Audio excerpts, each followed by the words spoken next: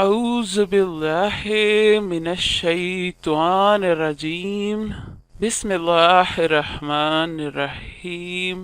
السلام علیکم بہنوں اور بھائیوں، آپ کا خوش آمدید ہے کہ انواع چینل میں، جس میں ہم آپ کو بتاتے ہیں خوابوں کی سچی اسلامی تعبیر، اور اس میں ہم آپ کو بتاتے ہیں اسلامی واقعات اور اسلامی اذکار۔ آج کی ویڈیو ہے شب برات کے بارے میں کہ شب برات کیا ہے اور شب برات میں کی جانے والی عبادات کون سی ہیں۔ تو شب برات لفظ برات سے نکلا ہے، جس کا مطلب ہے نجات، یعنی یہ رات نجات کے لیے بنائی گئی ہے۔ اس رات ہم جب دعا مانگتے ہیں، عبادت کرتے ہیں، تو ہماری نجات ممکن ہوتی ہے، اس لیے اس کا نام شب برات ہے۔ شب برات کے دوسرے نام بھی ہیں جو کہ آپ کو ہم بتائیں کہ لیلۃ المبارکہ، لیلۃ البرات، لیلۃ الصق، لیلۃ الرحمت، یہ اس کے دوسرے نام ہیں۔ یہ ان تمام ناموں سے مختلف احادیث میں پکاری گئی ہے۔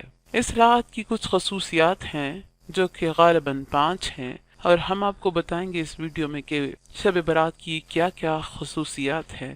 سب سے پہلی بات یہ ہے کہ اس رات کام کا فیصلہ ہوتا ہے، یعنی کہ جو سارے سال میں کام ہونے ہوتے ہیں اس کے فیصلے ہوتے ہیں۔ عبادت کی فضیلت ہوتی ہے، یعنی عبادت کرے تو آپ کو رتبہ ملتا ہے، آپ کی فضیلت ہوتی ہے، رات قابل فضیلت ہے۔ اس کے علاوہ رحمت کا نزول ہوتا ہے، یعنی اللہ پاک کی جانب سے رحمت کا نزول ہوتا ہے، اور ہم سب رحمت کے طالب ہی ہیں۔ شفاعت کا انتظام کیا جاتا ہے، یعنی کہ رحمت کا، شفاعت کا انتظام ہوتا ہے۔ آب زمزم میں ظاہری اضافہ دیکھا جاتا ہے، جو کہ کہا جاتا ہے کہ آب زمزم میں ظاہری طور پر اضافہ نظر آتا ہے۔ اس رات میں کچھ لوگ ایسے بھی ہیں جن کی مغفرت نہیں ہوتی، وہ چاہے عبادت کریں یا نہ کریں لیکن ان کی مغفرت نہیں ہوتی۔ وہ کون لوگ ہیں، ان کے بارے میں بھی ہم آپ کو اسی ویڈیو میں بتا رہے ہیں۔ مشرک ہیں وہ لوگ جو اللہ کو ایک نہیں مانتے، قاتل جنہوں نے کسی کا قتل کیا ہو، ماں باپ کے نافرمان، یعنی ایسے لوگ جنہوں نے اپنے ماں باپ کے ساتھ نافرمانی کی ہو، ان کی دعا قبول نہیں ہوگی۔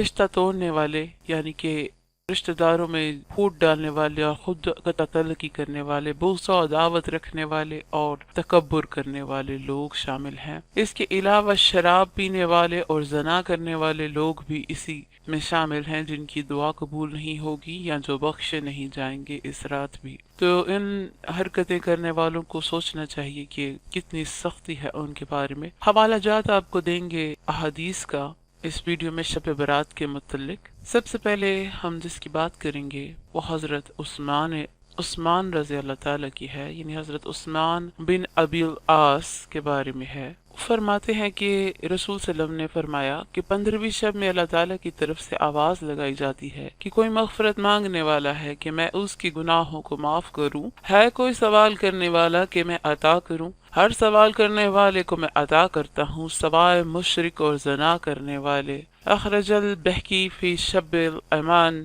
ریفرنس ہے اس کا 383/3، اور الدر المنشور للسویتی دوسرا اس کا ریفرنس ہے۔ ذکر الحافظ ابن رجب فی اللطائف، یہ بھی اس کا ریفرنس ہے۔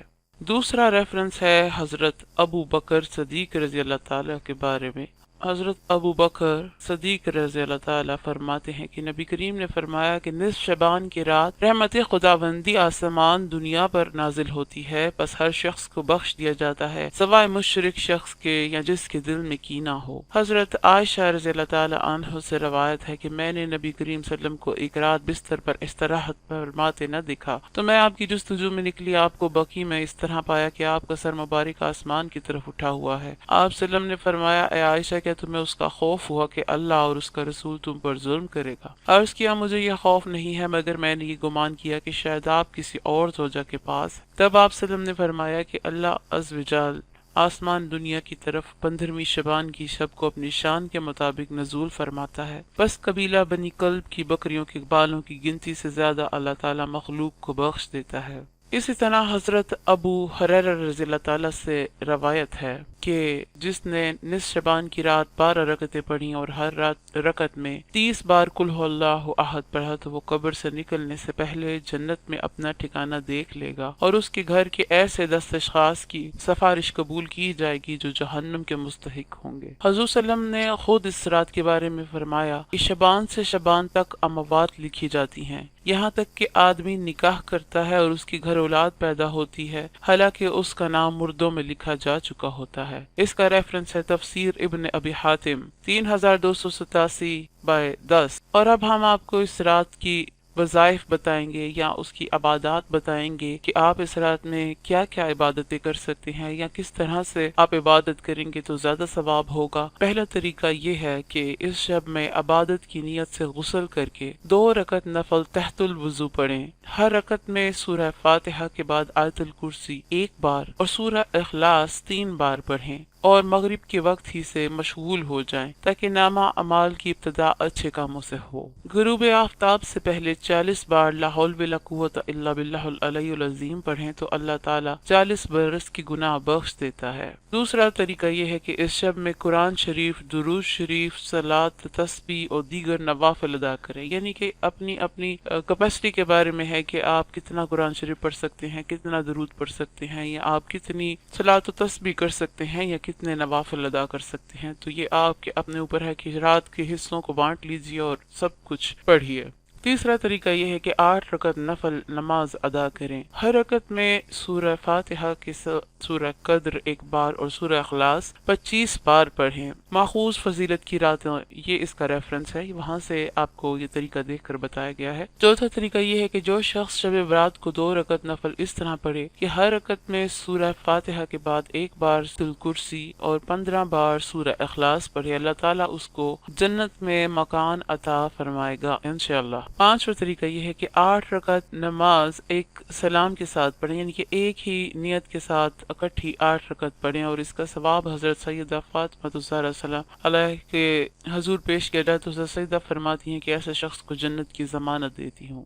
6واں طریقہ یہ ہے کہ اس رات قبرستان جانا سنت ہے، تو یہ طریقہ صرف مسلمان بھائیوں کے لیے ہے، بہنیں اس سے مستثنیٰ ہے۔ اگر مرد حضرات جانا چاہیں تو اچھی بات ہے، وہاں جا کر اپنے پیاروں کو جو آپ کو چھوڑ کے جا چکے ہیں ان کے لیے دعا کیجیے اور ان کی مغفرت کے لیے دعا کیجیے، اور اپنے لیے بھی دعا کیجیے کہ آپ جب ان لوگوں میں شامل ہوں تو اللہ پاک آپ پر بھی سختی نہ کرے۔ 7واں طریقہ یہ ہے کہ 10 رکعتیں نفل پڑھیے اور ہر رکعت میں 100 مرتبہ سورہ اخلاص پڑھیے تو اللہ تعالیٰ اس کی تمام حاجتیں پوری فرما دیں گے اور اس کے گناہ بخش دیں گے، معاف کر دیں گے۔ اس کا ریفرنس ہے روح البیان، وہاں سے یہ آپ کو ریفرنس دیا جا رہا ہے۔ 8واں طریقہ یہ ہے کہ 100 رکعت نفل 2 کر کے پڑھیں، ہر رکعت میں 11 مرتبہ سورہ اخلاص پڑھیں اور اسے صلاۃ الخیر کہتے ہیں۔ حضرت حسن بصری رحمۃ اللہ علیہ نے 3 صحابہ سے نقل کیا ہے کہ جو شخص یہ نماز پڑھے اللہ تعالیٰ اس پر 70 مرتبہ نظر رحمت فرماتا ہے اور 70 حاجتیں پوری فرماتا ہے۔ تو امید ہے کہ یہ ویڈیو آپ کے لیے فائدہ مند ہوگی اور آپ اسی طریقے سے دعا کریں گے اور اس رات کا پورا فائدہ اٹھائیں گے۔ مہربانی فرما کر ہمارے چینل کو بھی سبسکرائب کیجیے، شکریہ۔